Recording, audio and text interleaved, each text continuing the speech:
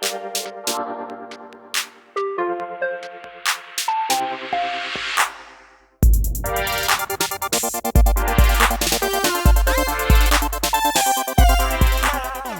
so we're going to be going through Ascendancy.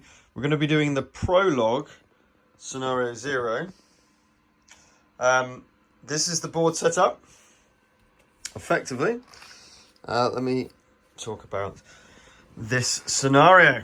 So, first of all, it's the tutorial scenario. We're playing one player, so it should take about 2 hours. It's fully cooperative events, which I've put over on the Empire phase. Map side brown, and it just talks a little bit of Prota. So, salutations, Your Grace. Welcome to the storied realm of Ascendancy. I trust this letter finds you well, and that your journey from your motherlands was without incident. My name is Belfry. I have been a trusted advisor to the great houses of Ascendancy since, well, for some time. Suffice it to say that I have served many inadequate sovereigns before, so you're in good hands with me. Due to our current distance, I cannot aid you in swordplay, though I am quite an expert in all royal affairs and the occasional mana spell. Now then, kindly verify that your package contains all the components listed on page 3 of the separate reference guide. Once finished, prepare to do exactly as I insist. I trust you understand the colourful picture, Your Grace, and let us begin your tutorial. So, I've had to set up from the reference guide, which is basically the rule book, and this is what you can see now in front of us. So that includes the 4 phases of the game: the frontier phase, the supply phase, the academy phase, and the empire phase. I've also put down what it's recommending for all of this, except for that's in the wrong place, as so. And I've got my initial board set up. And it tells you what your skills are here and what your resources are here. Hence why I've got these cubes here. Okay. We've also now set up their embarkment. So that's their capital. Here's my capital. We've got the acrylic standees. So there's the Automa, or the Nemesis as they call it in this game. And we've got our loot around the board, and we've got a quest in the middle.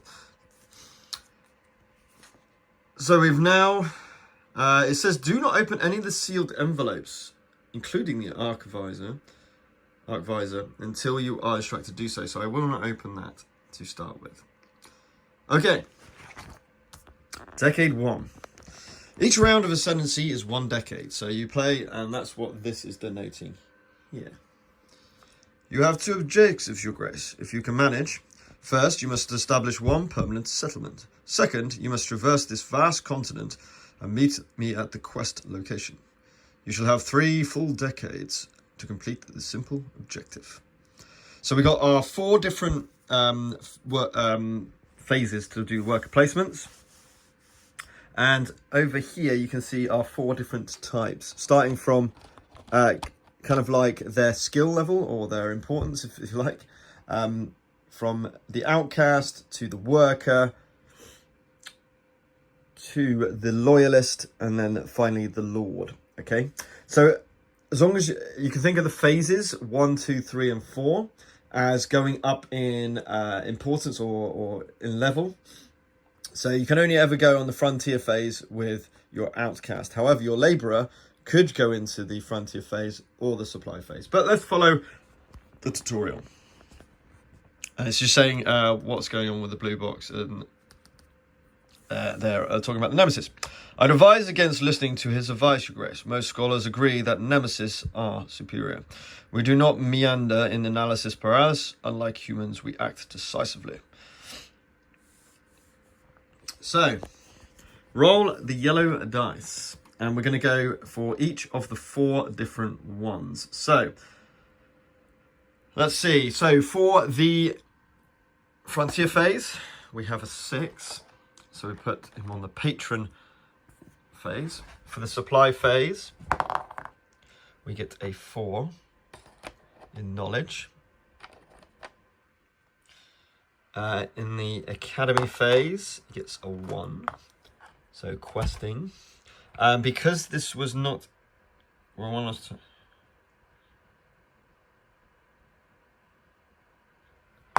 and it automatically goes to a 6 on here. And he goes to the first point of move and adventure.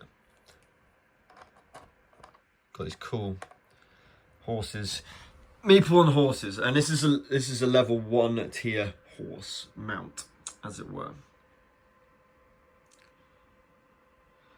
Apologies for the abrupt change of direction, Your Grace. I am simply preparing to personally welcome you.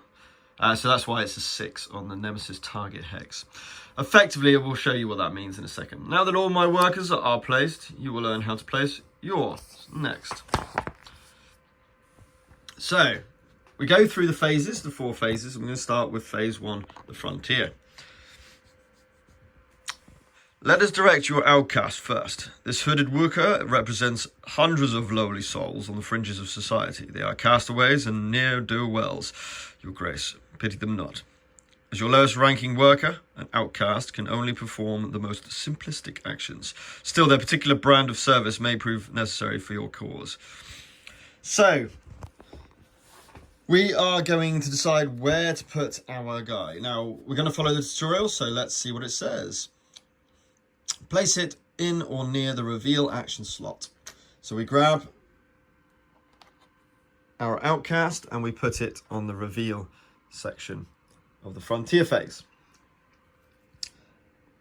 Action slots usually support a limited number of workers, Your Grace. For the purpose of this exercise, I've made special arrangement with the districts to allow everyone to visit the same slot. Don't thank me. It's clear we'll need all the help you can get. Okay, so that was placing. Now we come to the action resolution. Resolve your reveal. So what we do is we grab this shuffled pile of tier 1 creatures. We reveal it, and we've got a blood imp. The damnable things break everything they touch. With lots of information, which is hopefully going to talk about. And it goes on the enemy front row. So these are for your allies. These are for your enemies. Now we do the Nemesis resolution. Simply ignore Belfry's action. So we're not going to do the patron. Now we move on to phase 2. You've made it to the second phase of your first decade. Quite an achievement, Your Grace. Here in the supply, your labourer can claim valuable resources to help you expand your fledgling empire. Labourers are the unwashed but able-bodied who lack the formal education required to grasp the futile nature of their drudgery. They dream of ascending to a better life, education and opportunity, but the Taskmaster's whips should clarify any misunderstandings until that time. Belfry insists claim a resource. Each time you must take labour from your home and aboard action, place it on 4 action slots. Again, ignore slots. So we can choose whichever one we want. So we grab our labourer. And in this case, I am going to go to blue, I think. So we take it from the top, and it's going to cost us 2 gold. It doesn't say you have to pay the money. Because he's on that slot, he'll actually discard 1 cube. So one of those knowledges has disappeared. I presume I have to pay for it. So I'm going to put the 2 gold over into there. Right, phase 3, the Academy. The Royal Academy is strictly off limits to rabble. As an institute of higher learning, its actions require more brain power than previous districts, Your Grace. Rather than risk straining yourself, let us make use of the trusted loyalists. Loyalists are the upstanding pillars of your society. They can perform most tasks, often with greater effectiveness than their lowly class counterparts. But more on that later. So we take our loyalist. Either quest or mana stone. Ooh. So we can get a quest or we can get a mana stone. Oh, I like mana stones. So I'm going to go over to this slot here. And I'm going to take, because there's only 2 of them, I'm going to take one of these mana stones. And I put it in the charged section of our phase. We also have to increase our upkeep by 1. Because that's what mana stones apparently do. Subsequent mana stones incur no upkeep. Interesting. Okay. Final phase. The fourth and final Empire phase includes map and battle actions. Only nobles, which are your ones with swords, may act here, the Lord basically, along with their mounts. As the highest societal class, your nobles can perform almost any action in the game. Leverage them wisely. Journey closer now, Your Grace, towards the quest location in the centre. So, we're going to send our Lord over to the Move Adventure. Smacking over theirs. There you go. But it's Belfry first, because he's in the number 1 slot. So we check the dice and it's a 6. We check the compass from the board and 6 is south. So what we do is we discard the loot without looking at it. Put it back into its place. Draw 1 location tile. And we have Azure Fall. And we place that down there.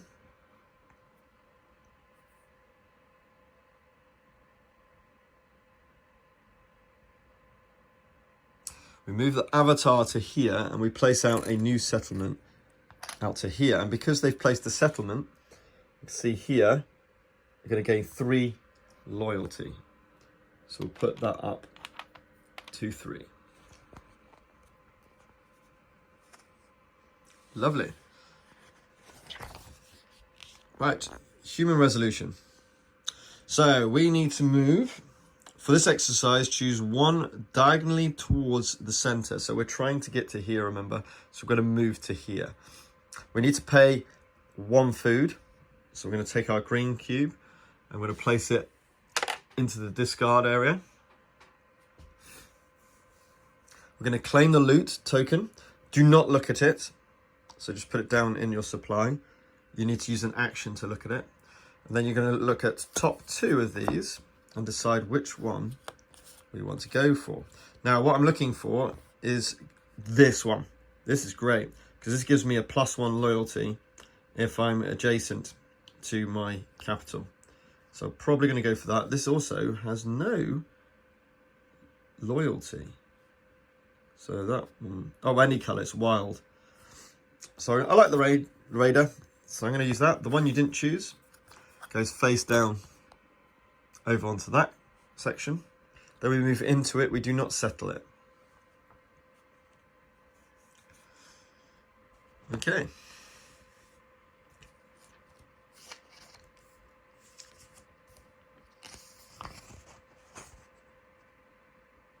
Loyalty bonuses are blocked by mountains, by the way. So this is a +1, so it's currently in tier 1, which would just be a settlement, would actually just be 3. But because we've got our adventurer on mount, not just my mount, we can now do an adventure, which is not only draw, but also skill check.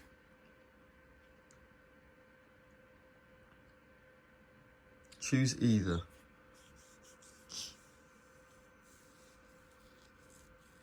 And then do a skill, yeah. Oh, right. And if you just move, you get to just draw 1, not 2, and choose 1. Whereas that one gets an extra draw. Right, skill check. So, our skill check, if we have a little look, is based on eyes. Unfortunately, I might want to look at that, actually. No, it's eyes anyway. So, eyes is cunning, which is over here, which I have 0 cunning, which is great.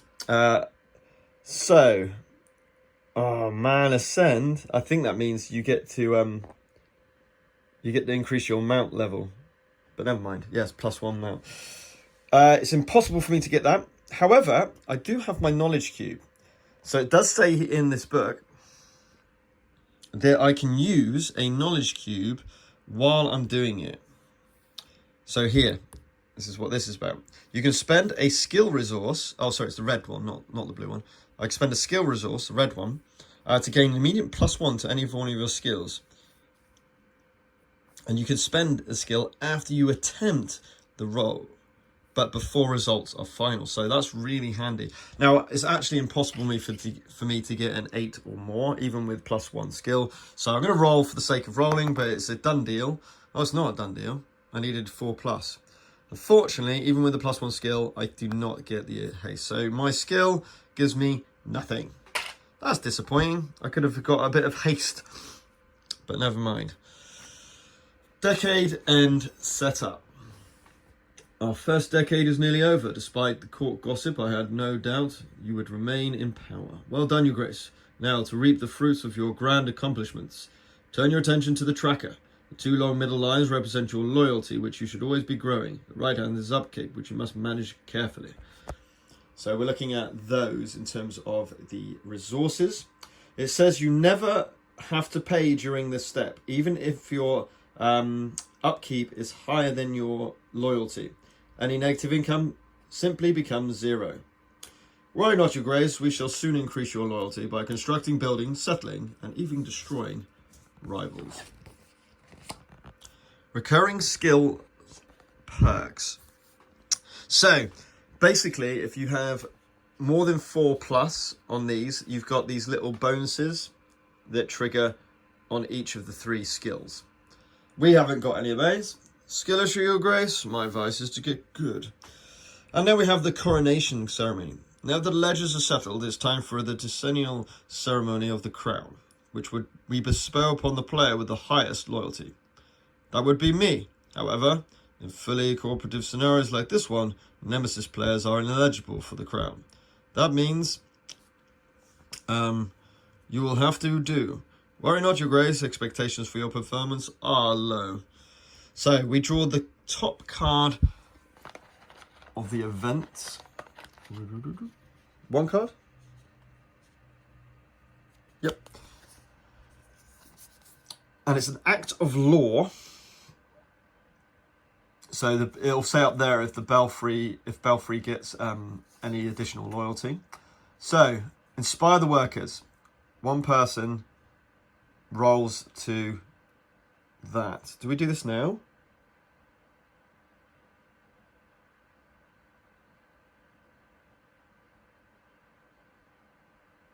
Yes. So what have we got? Let's have a look. So let's do the roll. 1 to 4.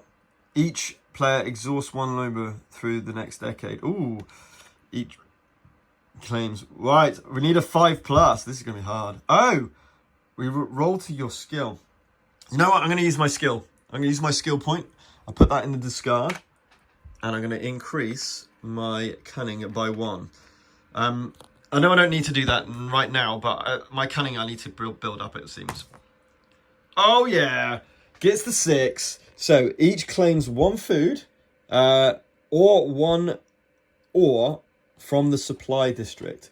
I'm going to grab some food because we need food to explore. Awesome. What does the Nemesis do? Nemesis. Would the Nemesis do something? And then we put the event established up here.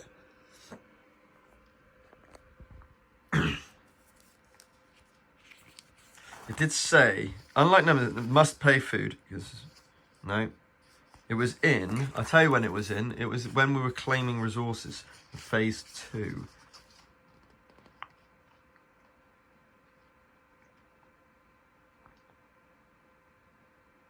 I discard them. Right, okay.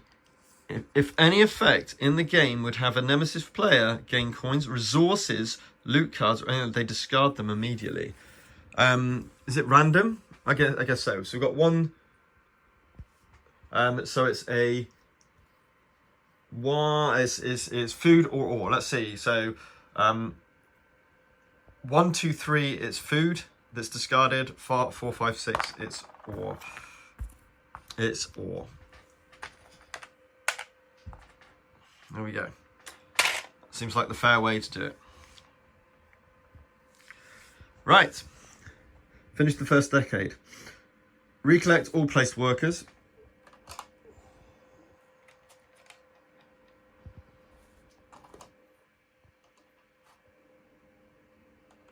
I'm just putting the yellow ones nearby because they're going to be used, obviously, again each time.